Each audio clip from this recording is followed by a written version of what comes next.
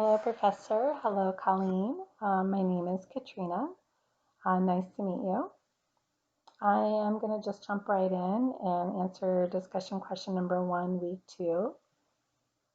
What I wanted to do is begin with the obvious. Um, so, since individuals have unique values based on many different variables, such as their backgrounds, their culture, their social circle, their experiences, I think acknowledging that there aren't any two people who will agree on everything and may help prevent some of the surprise effect, if you will. One other thing I think is pretty important is to know your client. Have an idea of, a little bit about who they are. Maybe have the intake assessment form with just kind of some ideas of who they are.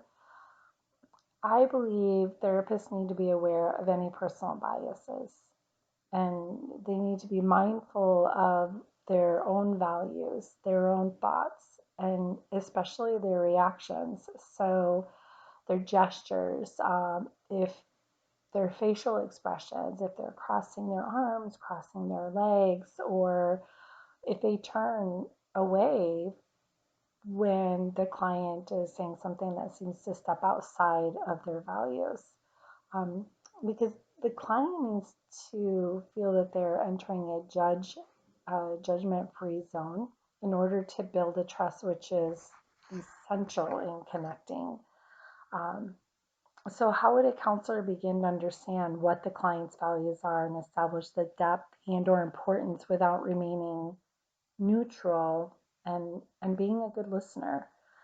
So, if the counselor approaches prepared for differences and to be present and remain neutral, then this will prove to ultimately really be the best outcome for their progress. The client is there because they're having something likely too heavy for them to carry. So the counselor's job is to help them through this season that they're in and kind of walk them through this particular journey in a professional, ethical manner. So, to answer the question, is it possible to practice value free?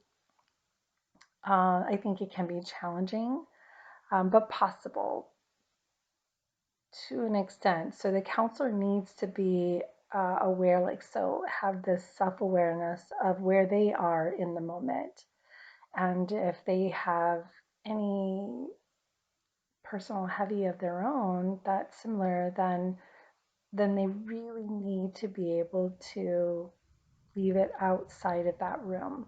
So that room really needs to be a safe space for the counselor and client to connect, to communicate, and to have that growth for the client.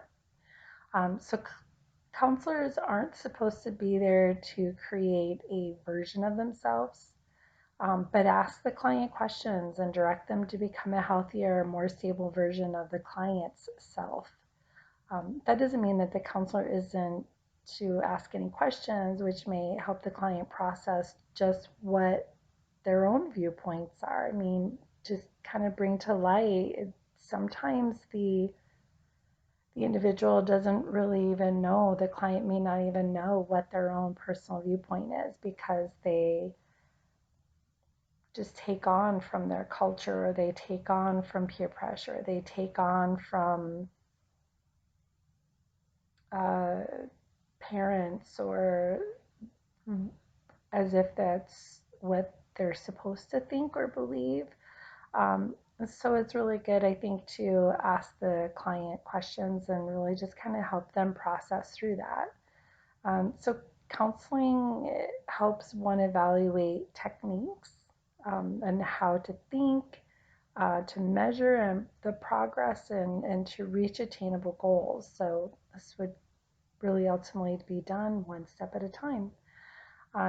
So again, I think it is doable. It can be challenging, but I think ultimately making sure that the counselor is very aware of where they are prior to entering into that realm of helping out with with the client. So hopefully that makes sense. And if you have anything else, feedback, questions, please feel free to post away and I would be happy to respond. Thank you. Have a wonderful evening.